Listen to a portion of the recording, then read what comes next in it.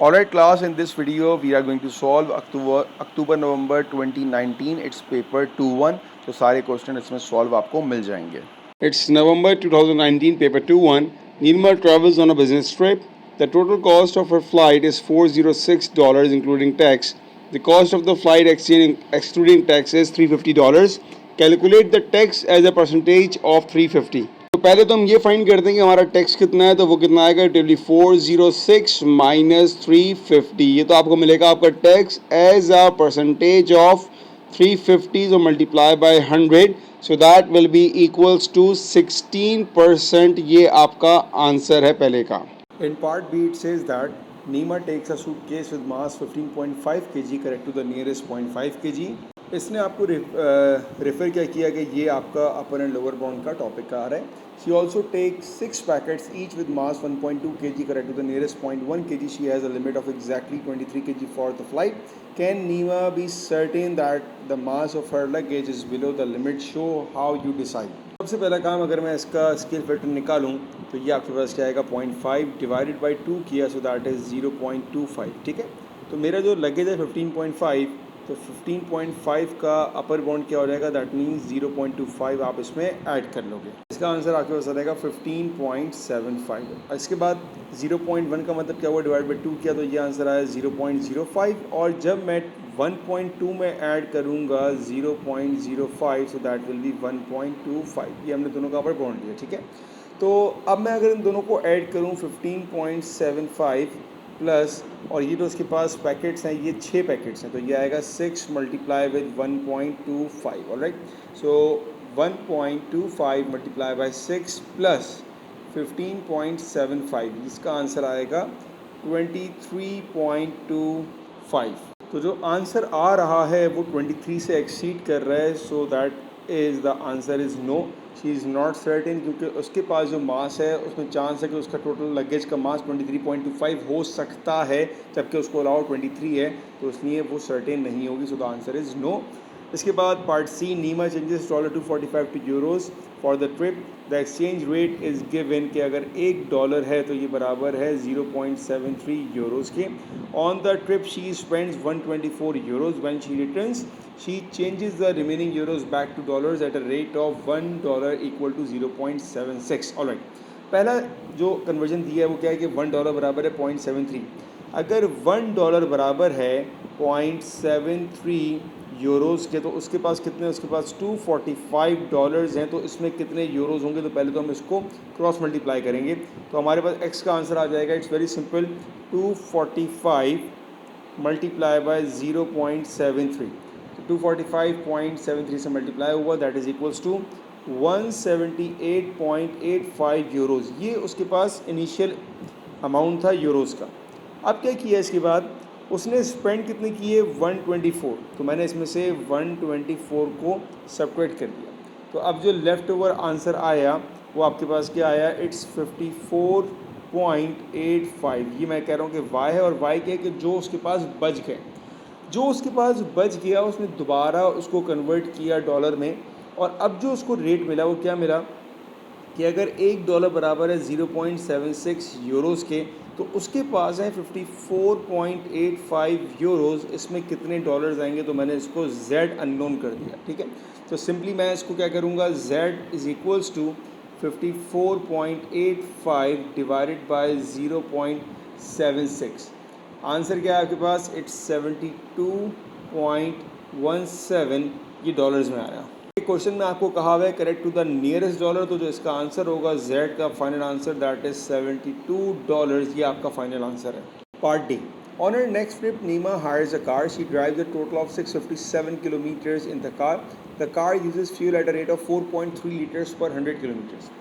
पहली चीज़, अगर उसके पास 100 किलोमीटर गाड़ी चल रही है तो कितना फ्यूल है, 4.3 लीटर्स का. वो कितने ड्राइव कर रही है, इट्स 657 किलोमीटर्स. कितना लीटर ऑफ फ्यूल आएगा नहीं पता, मैंने उसको L कर दिया.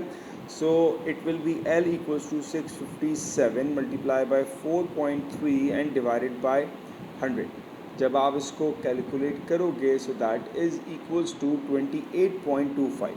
ठीक है, तो 28.25 उसको लीटर्स चाहिए. अब आते हैं प्राइस के ऊपर. 1 लीटर की प्राइस उसने आपको दी है कि भाई अगर 1 लीटर होगा तो प्राइस है $1.29। आपके पास कितने लीटर थे? 28.25। तो सिंपली आपने 28.25 को मल्टीप्लाई किया 1.29 से, तो मल्टीप्लाई करने के बाद जो आंसर आया दैट इज़ $36.44। ये वो अमाउंट है जो उसने खाली फ्यूल पे इन्वेस्ट किया। Part E, Nima stays in a hotel for 7 nights, this is her hotel bill, 7 nights at $dash per night और टोटल अमाउंट 805 का है। तो मुझे ये फाइंड करना है कि एक नाइट का क्या रेट था, तो सिंपली मैं क्या करूँगा 805 divided by 7, so you will get the value 115। इसका मतलब ये हुआ कि एक रात का चार्जेस $115 पर नाइट है। उसके बाद अगर आप देखो तो आपके पास ये भी अननोन है, ये भी अननोन है, तो अभी हम इनको डायरेक्ट फाइंड नहीं कर सकते, हमने इसको यूज़ करना होगा, ठीक है। क्योंकि जहाँ पे कह रहा है टोटल बिफोर टैक्स और टोटल इंक्लूडिंग टैक्स 6.5%। तो अगर 6.5% इंक्लूड है मतलब 106.5% हो गया, तो आपका जो बिल है इट्स 996.84। अगर 100% पे बिल होता तो वो कितना होता वो मुझे नहीं पता, तो उसको मैंने बी कर दिया और बी के लिए आंसर आ जाएगा मेरे पास 996.84 multiply by 100 and divided bye 106.5। ये आपका आंसर आया 936। इसका मतलब ये वो बिल है जिस वक्त इस पर जीएसटी इंक्लूड नहीं हुआ, ठीक है। अब 936 में से 805 तो यहाँ पर कंज्यूम हो चुके हैं, तो बचा कितना? तो 936 माइनस 805, तो जो आपका आंसर आया इट्स 131। इसका मतलब जो इसकी कॉस्ट है वो है 131। It says that 4 dinners at $1 each. तो 131 को अब हम सिंपली डिवाइडेड बाय 4 करेंगे, ठीक है। 131 divided by 4, it leads you the value of 32.75। ये इसका आंसर है। All right. Question number 2. One afternoon, there were 200 visitors to a library. The table summarizes the time in minutes each visitor spent in the library. तो question says on the grid draw the histogram. कभी भी आपको histogram बनाना हो, पहले तो आप देखोगे जहाँ पर पहली क्लास ख़त्म हो रही है क्या वहाँ से दूसरी क्लास स्टार्ट हो रही है। तो 2020 सेम है, 40-40, 60-60 एंड 90-90, ये आपके क्लास इंटरवल सेम है। अब हम आते हैं क्लास विड्थ के ऊपर। 0 और 20 का जो विड्थ है इट्स 20, 20-40 का डिफरेंस 20, यहाँ 30 का डिफरेंस आया और यहाँ पर 90 का डिफरेंस आया, ठीक है। तो अगर मैं सिंपल लिखूँ यहाँ पर क्लास विड्थ, तो यहाँ पर क्लास विड्थ कितनी आई? It's 20, 40 minus 20, 60 minus 40, 90 minus 60 is 30 and 180 minus 90 is 90। तो जब आपके पास क्लास विड्थ सेम नहीं होती है, आपको फाइंड करना होता है फ्रीक्वेंसी डेंसिटी, जो कि होता है frequency divided by class width. Alright, तो पहले का क्या रहेगा? 26 डिवाइडेड बाय 20। तो जब हम इसको सॉल्व करेंगे इट इज़ इक्वल्स टू 1.3। ऐसे ही अब हम करेंगे 76 डिवाइडेड बाय 20, इट्स 3.8। इसका हो जाएगा 56 डिवाइडेड बाय 20, इट्स 2.8। तो हर जगह मैं सेम फार्मूला अप्लाई कर रहा हूँ फ्रीक्वेंसी अपॉन क्लास विड्थ का। फ्रीक्वेंसी कितनी है? 24 डिवाइडेड बाय क्लास विड्थ कितनी है हमारे पास? 30, सो इट्स 0.8 और लास्ट वाले का क्या आ जाएगा? 18 divided by 90 that is equals to 0.2। अब हमने इसको प्लॉट करना है, उससे पहले हम देखेंगे वैल्यूज़ को ऑब्जर्व करेंगे। हमारे पास जो लोवेस्ट वैल्यू है इट्स 0.2 और जो हाईएस्ट वैल्यू है इस 3.8। तो मैंने अपनी नंबर्स यहाँ दूंगा, फिर मैं ऐसे कर दूँ इसको 1, 2, 3 और ये आ जाएगा 4। अब 0 से लेकर 20 तक पर आएगा 1.3, तो 0 से लेकर 20 आएगा हमारा 1.3, तो ये आ गया मेरे पास पहला बार, ठीक है, 1.3 का। 20 से लेकर 40 आ रहा है इट्स 3.8, तो 20 से लेकर 40 इट्स 3.8, तो ये मेरे पास 3.8 की हाइट आ गई, ठीक है। 40 से लेके 60 आ रहा है मेरे पास 2.8, तो 40 से लेके 60 ये मेरा आ गया 2.8। 60 से लेके 90 आ रहा है 0.8, 60 से लेके और 90 थोड़ा सा आगे आ गया मैं, 60 से लेके 90 इसके बीच में आएगा हमारे पास, तो ये आएगा 60 से लेके हमारे पास 90 इसके बीच में आएगा, ठीक है। और लास्ट है 90 से लेके 180 और ये है हमारे पास 0.2, तो 90 से लेके और 180 तो ये आ गया 0.2, ये इसका आंसर। Part B, work out the percentage of these visitor who spend more than 40 minutes. तो मोर देन 40 मिनट्स वाले कौन कौन से हैं भाई? 56 है, 24 है और 18 है, तो मैं तीनों को ऐड कर दूंगा। 56 प्लस 24 प्लस 18, हमें चाहिए फ्रैक्शन डिवाइडेड बाय टोटल कितने स्टूडेंट्स हैं हमारे पास? टोटल है हमारे पास 200 और मल्टीप्लाई बाय 100। सिंप्लीफाई करते हैं, 56 प्लस 24 प्लस 18 ये आ जाएगा आपके पास 98 divided by 200 multiply bye 100 simplify कर दिया, सो इट्स 49%। पार्ट बी, आपके पास एक टेबुलर डेटा दिया हुआ है, it says find the median. Formula apply करेंगे हम लोग, it's n plus 1 divided by 2। n क्या होता है हमारे पास मीडियन के लिए? n is summation of frequency, वो कितनी है 200, तो ये आ जाएगा 200 plus 1 divided by 2, it's means 201 divided by 2 means 100.5। अब 100.5 का मतलब क्या हुआ कि हमें जिस नंबर की तलाश है वो 100 है और 101 है। ठीक है जी, आते हैं 17 प्लस 47 कितना आया 64 प्लस 42 कितना आया आपके पास 106। इसका मतलब ये हुआ कि ये दोनों नंबर आपके 2 में मौजूद होंगे, so median is equals to 2, ये इसका आंसर। उसके बाद आपको निकालना है मीन के लिए हम पहले अप्लाई करते हैं एफ दोनों को मल्टीप्लाई करते हैं। 17 0s are 0, 47 into 1 47, 42 into 2 is 2 2s are 4, 2 4s are 8, 28 into 3 is 84, 32 into 4 is 128, 21 into 5 it's 105 and 6 into 13 is 78। अब अगर मैं इन सबको ऐड अप करूँ, 78 plus 105 plus 128 plus 84 plus 84 plus 47, so that is sum up to 526 divided by 200। Simplify किया आपने, so it's 2.63। Part 1 of the visitor is selected at random. Find the possibility that this visitor borrowed more than 4 books। तो जिसके पास 4 books से ज़्यादा हैं वो कितने हैं? वो हैं 21 और 13। तो पहले मैं इन दोनों को ऐड करूँगा, 21 प्लस 13, 3 और 1 4, 2 और 1 3, इट्स 34 राइट। तो मेरे पास चांसेस वाले बच्चे कितने हैं? 34 हैं, डिवाइडेड बाय सैम्पल स्पेस कितना आया था मेरे पास? 200। सो 34 डिवाइडेड बाय 200 ये इसका आंसर है, और डेसिमल की वैल्यू अगर आप देखोगे सो इट्स 0.17। ठीक है, तो अगर आप अपना आंसर फ्रैक्शन में दोगे तो आपने इसको रिड्यूस करना पड़ेगा, डेसिमल में भी आप आंसर दे सकते हो। पेपर 2 है, लास्ट पार्ट।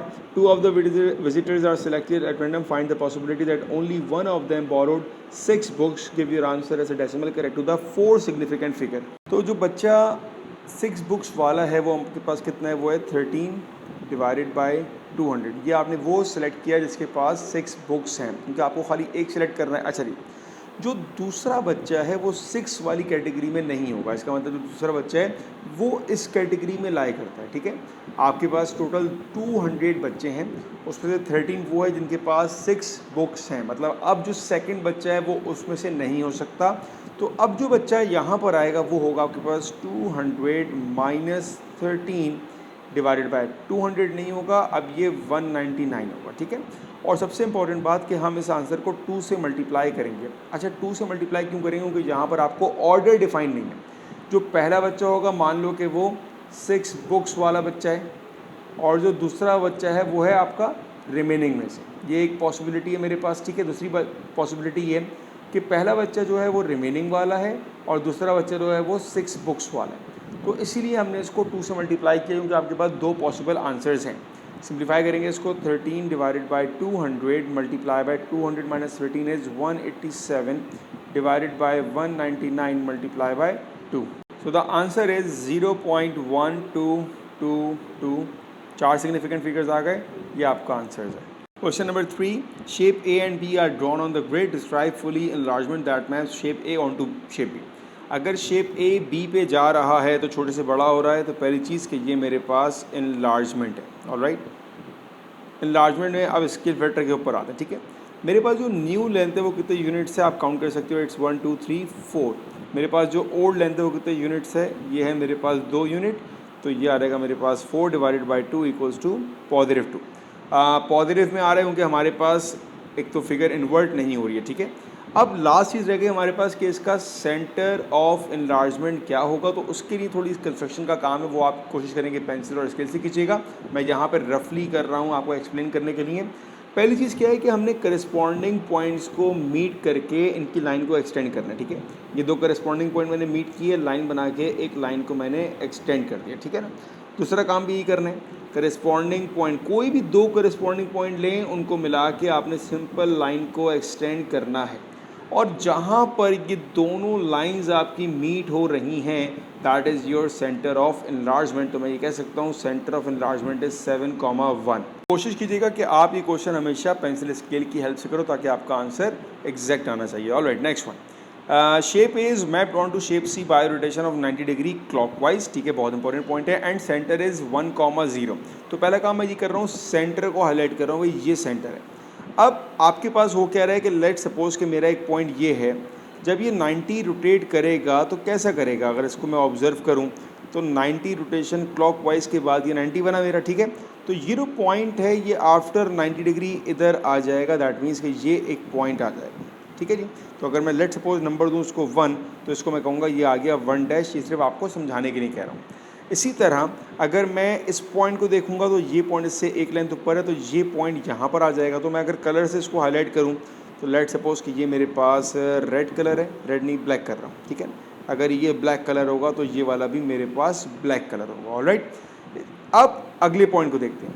ये पॉइंट जो रेड में हाईलाइट है ये ब्लू से एक यूनिट राइट पे जा रहा है, तो जब ब्लू यहाँ पर आएगा तो इससे एक यूनिट नीचे आ चुका होगा ये वाला पॉइंट, तो एक पॉइंट आपका ये आ जाएगा। सिमिलरली वो जो ग्रीन है वो इससे 2 यूनिट नीचे आ जाएगा, तो ये आपका इनलार्जमेंट बन गया 90 degree clockwise. That is your triangle C here. Part C, transformation P is represented by the matrix 0, -1, -1, 0. P maps shape A onto shape D. Draw label shape D on the grid. तो पहले हम ज़रा ये observe करते हैं कि ये matrix जो है किसको रिप्रेजेंट कर रहा है। हम लोग ट्रेडिशनली क्या कहते हैं कि हमारे पास ये जो पॉइंट है इट्स 1,0 और ये जो पॉइंट है इट्स 0,1। ठीक है ना, बेसिकली जो 10 वाला पॉइंट है ये 0, -1 पे चला गया, मतलब ये जो पॉइंट है 10 वाला ये यहाँ पर आ चुका है, और 0,1 जो पॉइंट है ये आ चुका है -10 पर। So that is basically our reflection in the line y equals to -x। अगर आपने ये आइडेंटिफाई कर लिया तो आप इस क्वेश्चन को आराम से कर सकते हैं। क्यों? क्योंकि अगर reflection y equals to -x पर हो तो कोऑर्डिनेट स्वैप कुछ ऐसे होते हैं कि x, y स्वैप्ड हो जाता है हमारे पास -y -x पर। तो अब हम एक ही कोऑर्डिनेट्स को देखते हैं। ठीक है ना, अगर मैं इस कोऑर्डिनेट की बात करूँ, ये कोऑर्डिनेट क्या है मेरे पास, इट्स 1,2। तो 1,2 ये आफ्टर स्वैप क्या हो जाएगा, इट्स -2 एंड -1। तो ये मेरे पास d के कोऑर्डिनेट्स आना शुरू हो चुके हैं। ठीक है ना, मैं सब पे अप्लाई करूँगा। अगर 1,3 होगा तो ये मेरे पास क्या हो जाएगा, इट्स -3 एंड -1। अगर मेरे पास 3,3 है, ऑलराइट 3,3 है, तो ये क्या हो जाएगा, दैट विल बी -3 -3। और लास्ट वन क्या है मेरे पास 2,2, तो वो आएगा -2 -2। तो ये जो 4 मैंने पॉइंट्स बताए इनको अगर हम प्लॉट करें अपने एक्सिस पर तो -2 -1 that is your first one, -3 -1 second one, -3 and -2 -2।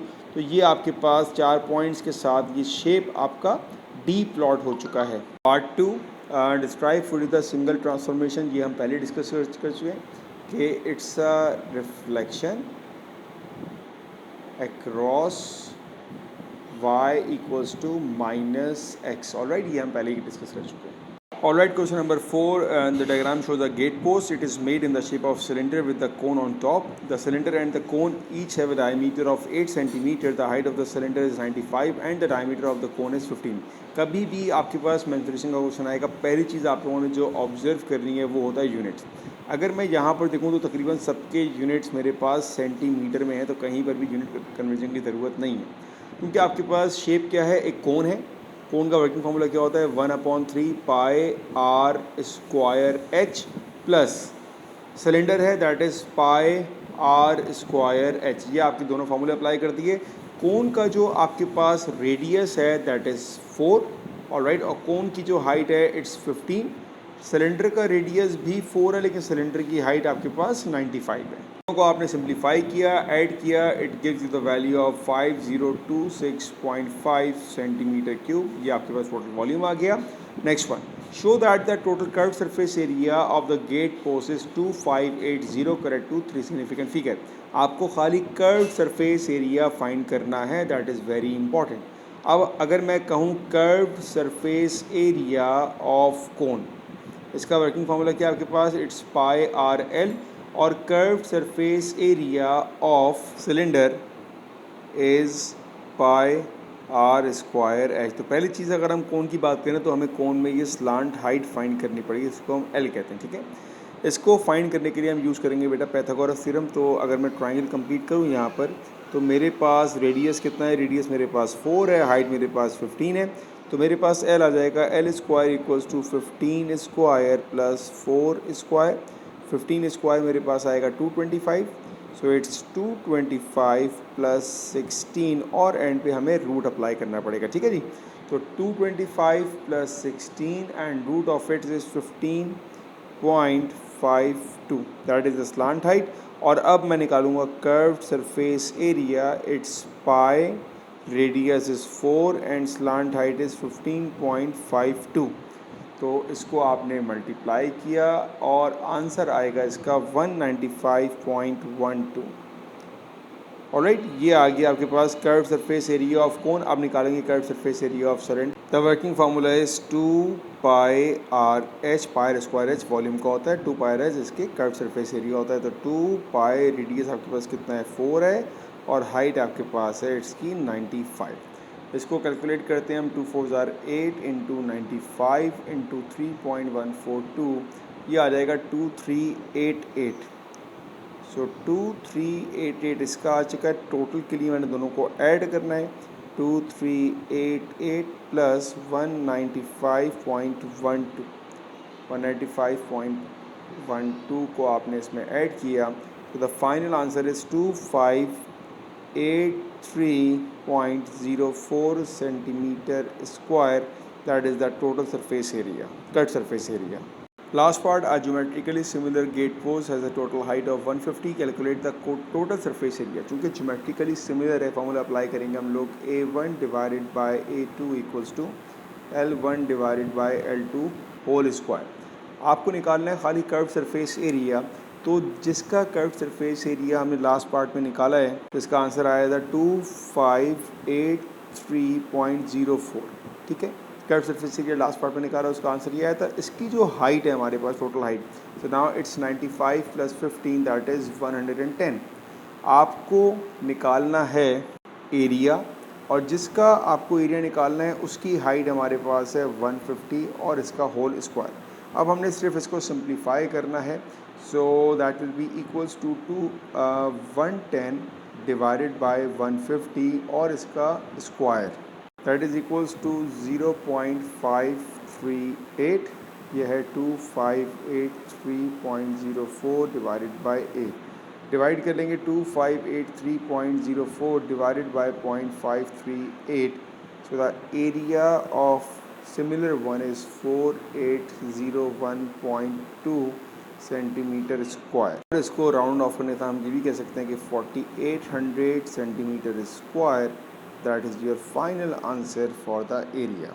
Question number 5, x square plus 7x minus 13 equals to x plus a whole square plus b. तो आपने उसको इस फॉर्म में लेकर आना है। तो अगर मैं यहाँ पर आइडेंटिटी अप्लाई करूँ, a square plus 2ab plus b square plus b, और लेफ्ट साइड पे मेरे पास लिखा हुआ है x square plus 7x minus 13। Alright, अब जो हम काम करेंगे वो काम हमारे पास है कि अब हम कंपेयर करेंगे, किसको कंपेयर करेंगे, कोफिशिएंट को कंपेयर करेंगे, ठीक है। लेट सपोज मैं स्टार्ट करता हूँ x से। तो x के साथ लेफ़्ट साइड पर क्या लिखा हुआ है, 7 लिखा हुआ है। x के साथ राइट साइड पे क्या लिखा हुआ है, 2a लिखा हुआ है।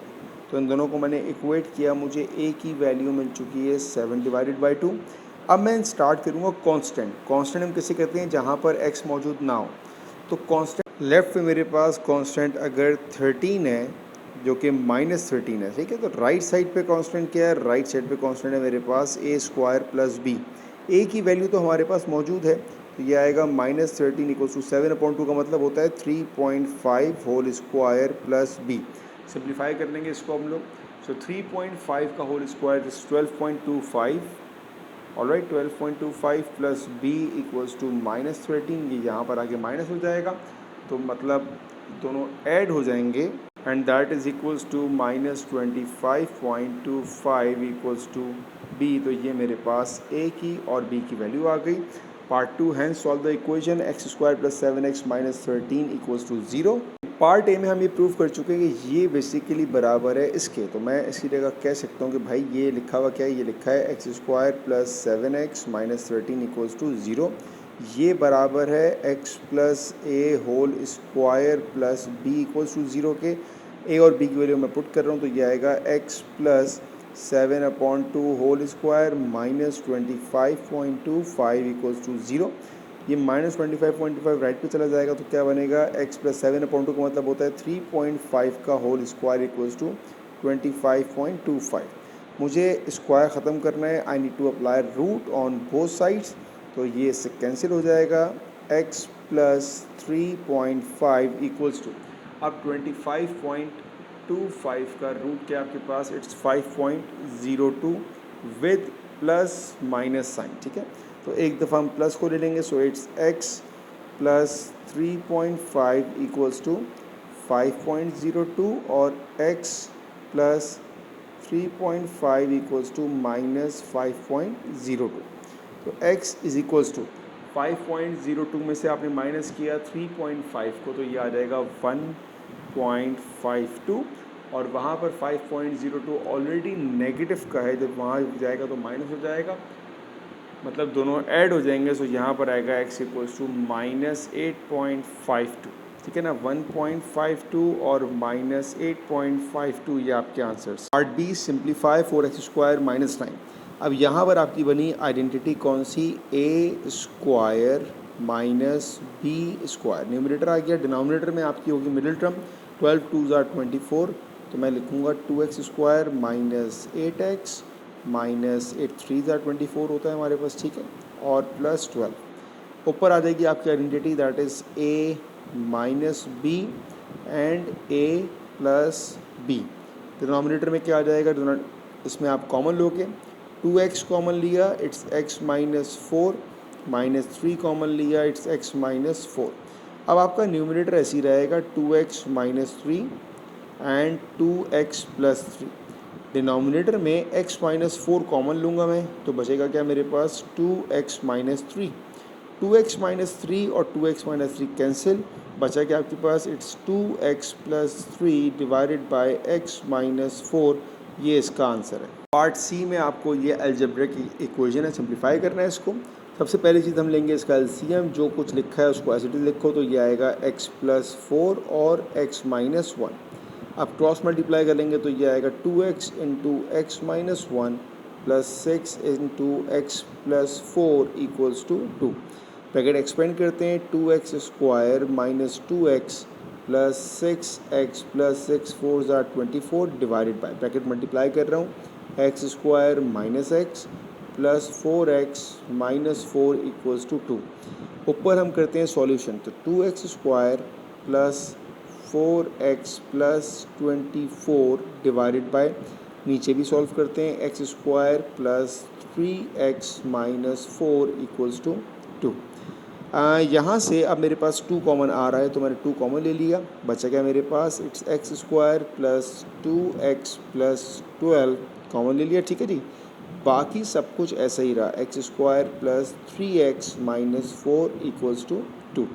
अब ये जो 2 है, तब ये जहाँ जाएगा तो डिवाइड हो जाएगा इससे। मैं ये कह सकता हूँ कि भाई ये 2 और ये 2 तो कैंसिल हो गया, अब क्या बचा, अब x square plus 2x plus 12, ये वहाँ जाएगा तो मल्टीप्लाई हो जाएगा, वहाँ 1 बचा हुआ है, अब तो ये आएगा x square plus 3x minus 4।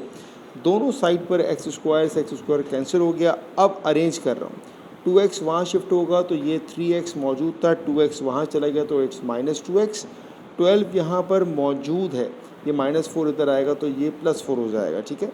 3x minus 2x x और 12 प्लस 4 इट्स 16, तो ये आपका आंसर है। Question number 6. These are the first 4 patterns in a sequence made using counters. Complete the table. तो ज़रा पैटर्न ऑब्जर्व करते हैं, पहले 3 हुआ फिर 8 हुआ, ठीक है। इंक्रीमेंट कितना आया, 5 का इंक्रीमेंट आया, मैं लिख देता हूँ बल्कि यहाँ पर, पहला जो इंक्रीमेंट है ये है 5 का, अब जो इंक्रीमेंट है ये है 7 का, तो अब जो इंक्रीमेंट आएगा वो 9 का आएगा, ठीक है। 15 प्लस 9 इट्स 24, और अब जो इंक्रीमेंट आएगा वो 11 का आएगा, 24 प्लस 11 इज़ 35 तो पहले का answer. Part b, find an expression in terms of n for the number of counters in pattern n. तो आपको एन टर्म फाइंड आउट करना है, ठीक है ना। थोड़ा ऑब्जर्व कर दें। ठीक है, 1 पे 3 आ रहा है, 2 पर 8 है, 3 पे 15 है, 4 पे 24 और 5 पर 35। पहले मैं इसको ऑब्जर्व कर रहा हूँ खाली ना। 1 है और 1 को मैंने 3 बनाना है, तो 1 को 3 बनाने के लिए मैं कह सकता हूँ कि 1 + 2, और इन टर्म्स ऑफ n मैं ये कह सकता हूँ कि यार ये आ जाएगा मेरे पास n + 2। सुनते रहेगा गौर से, ठीक है ना। तो ये तो आ गया भाई 1 + 2 3। अगर मैं n को 2 पुट करता हूँ तो ये आएगा 2 + 2, बट ये 4 बनेगा, ठीक है ना। 3 + 2 5 बनेगा, 15 तो नहीं आएगा। अब जो एक चीज़ हमने ऑब्ज़र्व करनी है वो क्या है कि अगर मैं कह रहा हूँ कि भाई 2 + 2 4 आएगा, तो मुझे 8 बनाने के लिए इसको इसी नंबर से मल्टीप्लाई करना पड़ेगा। वो नंबर क्या होगा मेरे पास? वो नंबर होगा मेरे पास सिंपली n। अब देखें, दोबारा चेक करते हैं। अगर मैंने किया n + 2 मतलब 2 + 2 तो 4 हो गया, और 4 मल्टीप्लाई हुआ 2 से तो ये आ जाएगा 8। अगर मैं एग्जाम्पल लेता हूँ 3 की, गौर से देखिएगा। अगर मैं कहता हूँ n की जगह 3 है, तो 3 + 2 5 तो हो गया, किससे मल्टीप्लाई होगा? 3 से मल्टीप्लाई होगा, you will get 13। So that means कि ये आंसर मेरा बिल्कुल ठीक है। Part c, Ken at the back containing 1 3 5 8 counters, he makes the largest possible pattern in sequence m using these counters, find the value of p। Alright, तो मैंने जो expression निकाला था वो क्या था? वो था n × n + 2, और कितने काउंटर्स हैं उसके पास? उसके पास है 1 3 5 8। सॉल्व करें, n² + 2n - 1 3 5 8 = 0। ये आपकी बन गई middle term. Quadratic formula apply करते हैं, which says that -b ± √b² - 4ac divided by 2a। ये आपका वर्किंग फार्मूला आ गया। और अब इसमें हम वैल्यू पुट कर लेंगे, तो -b, b is what? b is 2, b² - 4a is 1, c is -1 3 5 8 and divided bye it's 1। Simplify करेंगे इसको तो ये आएगा -2 ± √b² is 4 plus 4 × 1358 is 5 4 3 2 divided by 2 1s are 2। 5 4 3 2 में प्लस करेंगे 4 को, and root of it it's 73.73। तो now it will be -2 ± 73.73 divided by 2। एक दफ़ा प्लस के साथ, एक दफ़ा माइनस के साथ। क्योंकि नंबर ऑफ़ पैटर्न की बात की जा रही है इसलिए नेगेटिव वाला तो नहीं आएगा, तो हम खाली प्लस को लेंगे। -2 + 73.73 डिवाइडेड बाय 2। तो सिंप्लीफाई करने के बाद जो आपका आंसर आएगा दैट इज़ इक्वल्स टू 35.86। और इसका मतलब ये हुआ कि हम पूरे 35 कंप्लीट पैटर्न बना सकते हैं। Next part, he uses all the remaining counters to make another pattern in the sequence pattern Q, find the value of Q। तो पहले हम ये देखते हैं कि उसने कंप्लीट पैटर्न बनाए 35, तो कितने काउंटर उसने यूज़ किए होंगे। हमारे पास एन टर्म क्या आया था? हमारे पास एन टर्म आया था n × n + 2। कंप्लीट पैटर्न बनाया उसने 35, तो हमने किया 35 × 35 + 2। इनको मल्टीप्लाई किया हमने, सो 35 multiply with 37 it gives you value of 1295। Alright, total कितने काउंटर्स है उसके पास? इट्स 1 3 5 8 -1295। जो आपने सब्ट्रैक्ट किया इट्स 63। 63 हमारे पास Q का आंसर नहीं है, तो नंबर ऑफ काउंटर्स जो कि लेफ्ट हो चुके हैं, ठीक है ना। अब Q के लिए हम क्या करेंगे? जो हमारा पैटर्न है that is n × n + 2, Q के लिए हो जाएगा वो Q मल्टीप्लाई विथ Q + 2, और Q के लिए जो पैटर्न जो काउंटर बचे हमारे पास इट्स 63। अब हमने इस इक्वेशन को सॉल्व करना है, तो ये आएगा Q² + 2Q - 63 = 0। मिडिल टर्म करेंगे, Q² + 9Q - 7Q - 63 = 0। कॉमन लिया Q, Q + 9 - 7, Q + 9 = 0। तो आपके पास Q के दो आंसर्स आएंगे, Q = -9 आएगा, Q = 7 आएगा। पॉजिटिव वाला हमारा फाइनल आंसर है। Alright, it's question number 7. It says that P, Q, R and S are points on a circle. PXR and QXS are straight lines. Show that triangle PQS is similar to triangle SRX. अच्छा जी, PQX कौन सा है? PQX ये रहा और SRX ये रहा। अगर ये दोनों सिमिलर हैं तो क्यों हैं? पहली चीज़ मुझे नज़र आया कि भाई ये जो एंगल X होगा, ये एंगल और ये एंगल आपका सेम होगा with the property of vertically opposite angle. तो मैं लिखूँगा क्या? मैं लिखूँगा angle p x q is equals to angle s x r, और रीज़न क्या है इसका, vertically opposite. Keep in mind कि जो भी हम एंगल लेते हैं वो हमेशा सेंटर में होना चाहिए। दूसरी चीज़, जो एंगल Q होगा वही एंगल R होगा, तो मैं क्या लिखूँगा, मैं लिखूँगा angle p q x is equals to angle s r x. इसका रीज़न क्या है, angle in same segment. Alright, angle in same segment. तीसरा एंगल भी हम ऐसे ही प्रूव कर सकते हैं कि जो एंगल हमारे पास P होगा वही एंगल हमारे पास S होगा, तो क्या लिखूँगा, angle x p q is equals to angle x s r, और रीज़न इसका सेम है, एंगल इन सेम सेगमेंट। तो तीनों एंगल्स हमारे पास बराबर है, तो हम ये कह सकते हैं कि triangle p q x is similar to triangle SRX with the property of angle, angle and angle. Next part, PX is 8.1, QX is 6.3, XS is 4.5. Calculate RX. तो आपने प्रूफ क्या किया, हमने प्रूफ किया कि PQX सिमिलर है हमारे पास SRX के, इनको हम बनाएंगे रेशो। तो यहाँ पर आएगा PQ divided by SR equals to QX divided by RX equals to Px divided by Sx। Alright, PQ की वैल्यू हमें नहीं पता, ना ही हमें SR की वैल्यू पता है, ठीक है ना। QX की वैल्यू मुझे पता है 6.3, तो QX की जगह 6.3 डिवाइडेड बाय RX मुझे नहीं पता, ये तो मुझे फाइंड आउट करना है। Equals to Px is 8.1 and Xx is 4.5. Now doing the cross multiplication we can find Rx. तो Rx equals to 3.5, ये इसका आंसर है। Next part, find the ratio of area of triangle PQX and area of triangle PSX. अब ये PQX और PSX दोनों similar नहीं है, तो जहाँ पे फॉर्मूला अप्लाई होगा A1 upon A2 equals to L1 upon L2, squaring नहीं होगी। Area of p q x में जो आपको लेंथ पता है इट्स 6.3, जो कि आपके पास क्यू एक्स की लेंथ है 6.3 डिवाइडेड बाय एस एक्स की लेंथ आपको पता है 4.5। तो ये इसका एरिया रेशो आ गया। हम इसको मज़ीद सिंप्लीफाई कर सकते हैं, डेसिमल से डेसिमल कैंसिल हो गया। सो 9 7s are 63 and 9 5s are 45, so the final answer is 7:5. Question number 8, rectangle ABCD has area of 80 centimeter square. Triangle PCQ is removed from one corner of the rectangle. BQ is DP is 4, तो पहले मैं इसकी dimension लिख दूँ कि ये आपके पास 4 है, DP भी 4 है और आपके पास BQ भी 4 है।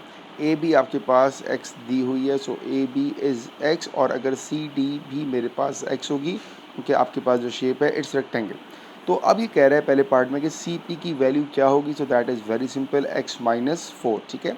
पूरी लेंथ आपके पास X है, ये वाला पोर्शन 4 है, तो बचा कितना, इट्स X माइनस 4, पहले का answer. Explain why CQ is 80 upon X minus 4। तो CQ को मुझे प्रूफ करना है। तो अगर मैं जनरल बात करूँ तो CQ क्या होगा, मैं आपको अगर डायग्राम में बताऊँ, देखें अगर मैं CB की लेंथ में से मैं QB की लेंथ माइनस करूं तो मेरे पास CQ की लेंथ आ जाएगी, ठीक है ना। तो मुझे करना है क्या है, CQ के लिए मुझे करना है भाई CB माइनस 4। अब CB की लेंथ निकालने के लिए मैंने एरिया को यूज़ किया, ठीक है ना। एरिया क्या होता है मेरे पास रेक्टेंगल का, इट्स L इंटू बी, तो मैं कह सकता हूँ कि it's AB multiply by BC। The value of AB is known, it's X, and the value of BC हमें नहीं पता, मैंने BC लिखा, बट हमारे पास एरिया की वैल्यू है इट्स 80, तो मेरे पास BC की वैल्यू आ जाएगी that is 80 divided by X, और इसी वैल्यू को अब मैं अपनी इस इक्वेशन में यूज़ करूँगा CQ वाली। Alright, now CQ is BC is what, it's 80 divided by X और माइनस 4। आपको यही प्रूफ करना था CQ के लिए, ये आपका आंसर है। Next part it says show that the shaded area is given by. अब शेडेड एरिया क्या है, it's area of the rectangle, right. पूरे रेक्टेंगल में से मैंने अगर ट्राइंगल का एरिया माइनस किया तो मेरे पास एरिया ऑफ शेडेड बच जाएगा। तो रेक्टेंगल का एरिया तो मुझे दिया हुआ है it's 80, so area of rectangle minus area of triangle that is 1/2 base into height. अब ये बेस और हाइट आप निकाल चुके हो, ठीक है ना। CQ की वैल्यू हमारे पास कितनी आई है, it's 80 divided by X minus 4, ये CQ आए, और बेस हमने पहले वाले पार्ट में निकाली है जो कि आपके पास आई थी X माइनस 4। अब आपने सिंपली इसको सिंप्लीफाई करना है। सो फर्स्टली इट्स 80 माइनस, अगर मैं ब्रैकेट को मल्टीप्लाई करूँ यहाँ पर, सो 1/2 अपनी जगह, x मल्टीप्लाई हुआ 80/x से तो क्या बचेगा, सिंपल 80 बचेगा। x मल्टीप्लाई हुआ 4 से इट्स 4x, 4 मल्टीप्लाई हुआ 80 अपॉन एक्स है तो 4 8 जार 32, 320 डिवाइड बाई एक्स प्लस 4 4 जार 16, 80 माइनस 1 अपॉन 2, अंदर सिंप्लीफाई करते हैं 80 plus 16 that is equals to 96 minus 4x minus 320 divided by x। अब जो ये 1 अपॉन 2 बाहर है इसको हम अंदर सबसे डिवाइड करते हैं तो 96 divided by 2 that will be 2 4 jar 8, 2 8 jar 16 minus minus plus 2x minus minus plus that will B 160 divided by x। अब 80 और 48 को सब्ट्रैक्ट करेंगे हम लोग so 80 minus 48 leads to 32 plus 2x plus 160 divided by x। यही आपको proof करना था और ये आपका answer. Part d, you have a equation y equal to 32 plus 2x plus 160 upon x। यहाँ पर एक वैल्यू 16 पर वैल्यू मिसिंग है तो आपने x की जगह 16 पुट किया and you will get the value of y, it's 74। अब आपने इस ग्रिड पर सारे पॉइंट्स को प्लॉट करना है। ऐसे आपने सारे डॉट्स अपने बनाने ग्राफ पर, ठीक है ना। अब हमने इसको एक स्मूथ कर्व से कनेक्ट करना है तो ये मेरा एक स्मूथ कर्व आ चुका है। It says use your graph to find the minimum possible shaded area. तो जो मिनिमम पॉसिबल शेडेड एरिया होगा आपका वो इस वैल्यू पे लाई कर रहा होगा, ठीक है ना। तो अगर मैं इस वैल्यू पर देखूँ वाई एक्सिस पे क्या आंसर आ रहा है मेरे पास, सो इट्स 66.4, 66.8, 67.2, 67.4 के अराउंड मेरा आंसर आ रहा है। So it's 67.4। Right, it's question number 9 from the topic further trigonometry. In the first part it says show that BAC is 44.0.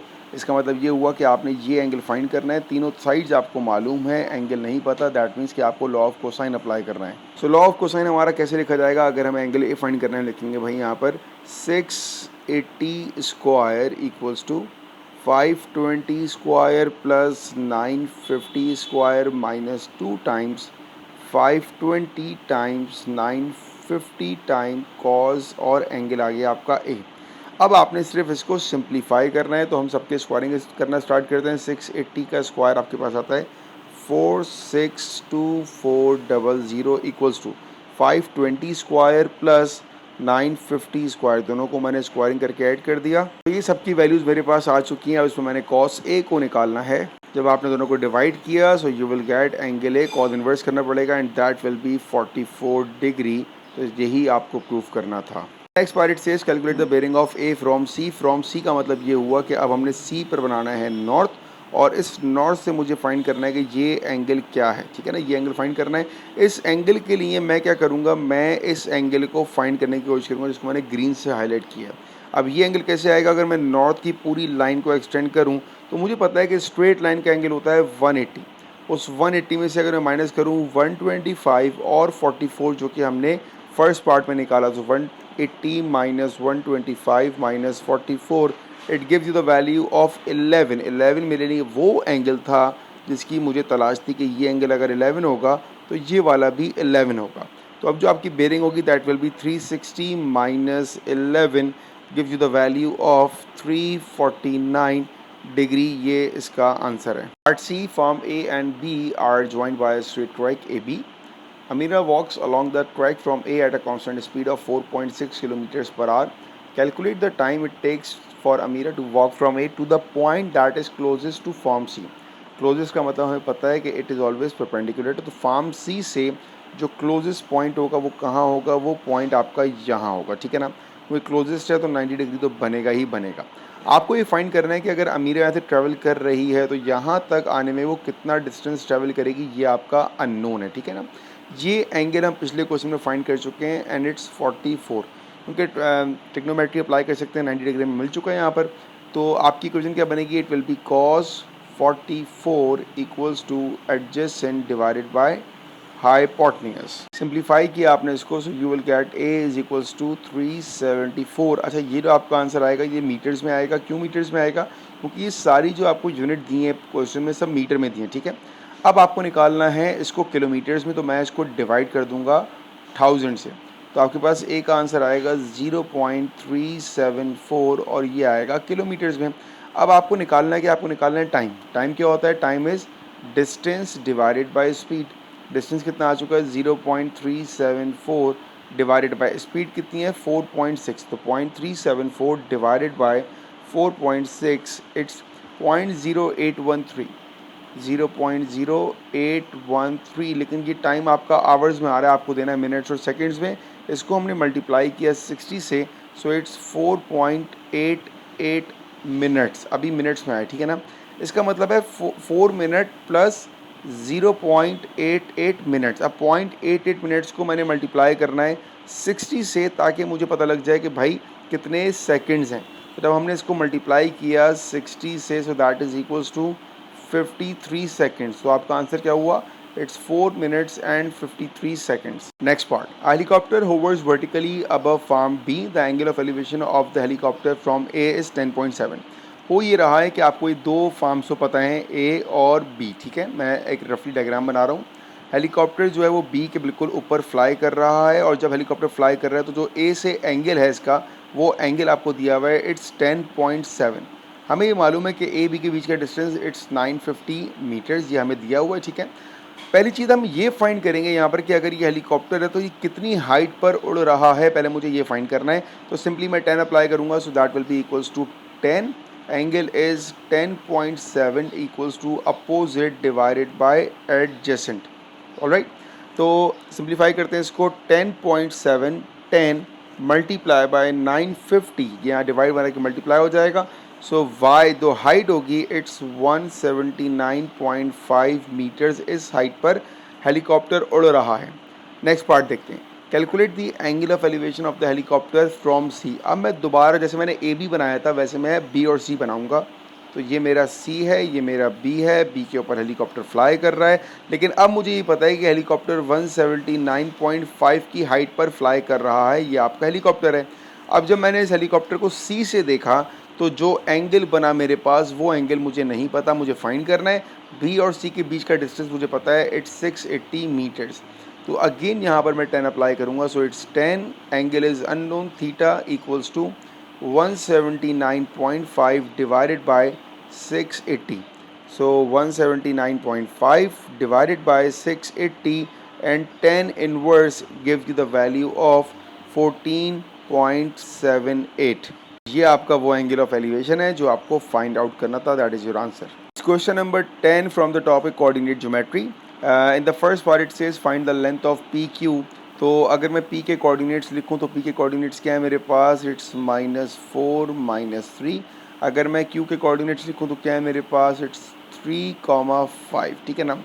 Distance formula apply कर देंगे हम लोग पी क्यू पर। वर्किंग फार्मूला क्या होता है, it's x2 - x1 whole square. Alright, तो x2 मैंने कह दिया ये मेरे पास q है। So x2 is 3 minus minus plus 4 whole square plus y2 is 5 minus minus plus 3 whole square. 3 + 4 7 का स्क्वायर 49, 5 + 3 8 का स्क्वायर 64। तो 64 + 49 and root of it, it's 10.63। ये आपके पास पी क्यू की लेंथ है। नेक्स्ट पार्ट में आपको लाइन एल की इक्वेशन फाइंड करनी है। इक्वेशन के लिए आपको कोऑर्डिनेट्स चाहिए होंगे, तो पहले मैं कोऑर्डिनेट्स कोई भी पिक कर लेता हूँ। एक मैंने ले लिया यहाँ पर, द कोऑर्डिनेट इज़ 1,0, और एक मैंने पिक कर लिया ये वाला, द कोऑर्डिनेट इज़ -5,2।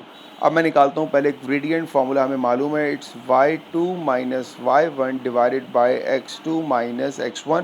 तो मेरे पास y22 - 0 divided by x2 is -5 - 1 leads to 2 divided by -6, मतलब -1/3। ये मेरे पास आ गया इसका ग्रेडियंट।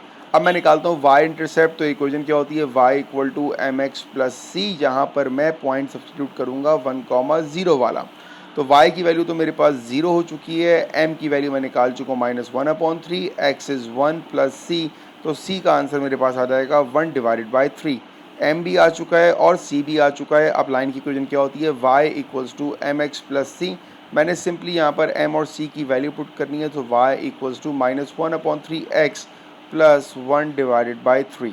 अगर मैं इसको एलसीएम ले लूँ इसका यहाँ पर, तो यहाँ पर एलसीएम 3 आ जाएगा। इट्स -x + 1 = y, और अरेंज कर लूँ अगर मैं तो ये आएगा x + 3y = 1। x चूँकि राइट पर मेरे पास नेगेटिव है तो मैंने इसको शिफ्ट किया, तो इसलिए पॉजिटिव हो गया। ये फाइनल आंसर है। Next part, line m is perpendicular to line l and passes through the point p।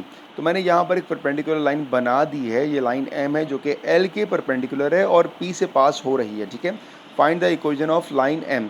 अब हमारे पास पिछले सवाल में हम निकाल चुके हैं ग्रेडियंट ऑफ लाइन L आया था -1 डिवाइडेड बाई 3। तो ग्रेडियंट ऑफ m जो होगा that will B 3। Condition apply करी m1 multiply by m2 equals to -1। ये कंडीशन मैंने अप्लाई करी परपेंडिकुलर वाली। दूसरी चीज़ मुझे निकालनी है अब खाली c की वैल्यू। ऑलराइट, सो इक्वेशन क्या है, y equals to mx plus c। p के कोऑर्डिनेट्स मेरे पास हैं, इट्स -4 -3, तो y की जगह -3 आ चुका है, m की जगह 3 आ चुका है, x की जगह -4 आएगा, p के जो कोऑर्डिनेट्स हैं plus c। So -3 equals to -12 plus c, और c का आंसर आपके पास आ जाएगा -12 वहाँ गया तो +12, 12 - 3 इट्स 9। ऑलराइट, तो अब जो आपकी इक्वेशन आएगी y इक्वल्स टू m की वैल्यू क्या आई थी, m हमारे पास आया था 3x, c कितना आया हमारे पास 9। ये हमारे पास लाइन की इक्वेशन है।